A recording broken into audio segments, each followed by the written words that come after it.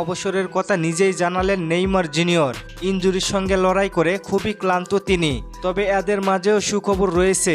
Carlo Ancelotti বিশ্বকাপের জন্য যে প্রি লিস্ট আনুমানিক 50 জন খেলোয়াড় নিয়ে তৈরি করেছিলেন, সেখানে আছেন নেইমার জুনিয়র।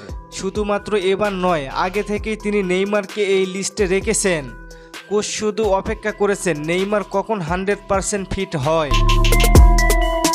নেইমারের ব্যাপারে সব আপডেট কার্লো আনচেলত্তির কাছে পৌঁছে দিচ্ছেন ব্রাজিল দলের সহকারী কোচ ক্রিস্টিয়ানো নুনেজ।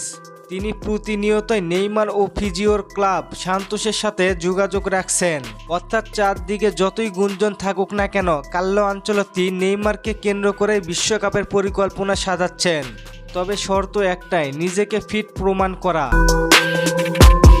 2023 সালের অক্টোবর মাসের পর থেকে আর জাতীয় দলে ফিরেননি তিনি। তবে এমন ইনজুরি নিয়ে কতদিন চালিয়ে যাবেন সেই সিদ্ধান্ত নেবেন 26 সালের বিশ্বকাপের পরে।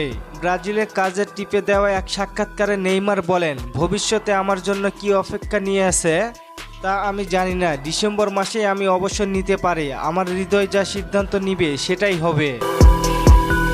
আমি প্রতিটি দিন আলাদাভাবে যাপন করি। তবে 26 সালটি আমার জন্য খুবই গুরুত্বপূর্ণ, শুধু সান্তোসের জন্য নয়, ব্রাজিল জাতীয় দল এবং আমার জন্যও। পুরনো ফিটনেস ও ম্যাচের ছন্দে ফেরা নিয়েও কথা বলেছেন নেইমার। নেইমার বলেন, এই মৌসুমে শতভাগ ফিট হয়ে ফিরতে চেয়েছিলেন, এই জন্য কিছু ম্যাচে বিশ্রামে ছিলেন। অনেকেই অনেক কথা বলেছেন, কিন্তু প্রতিদিনের বাস্তবতা তারা বোঝে না। আমাকে সেইটার প্রতিনিয়ত মুখোমুখি হতে হয়।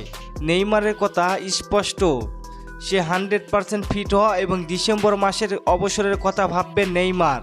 বারবার ইনজুরিতে পড়ার কারণেই এমন সিদ্ধান্ত নিয়েছেন নেইমার জুনিয়র।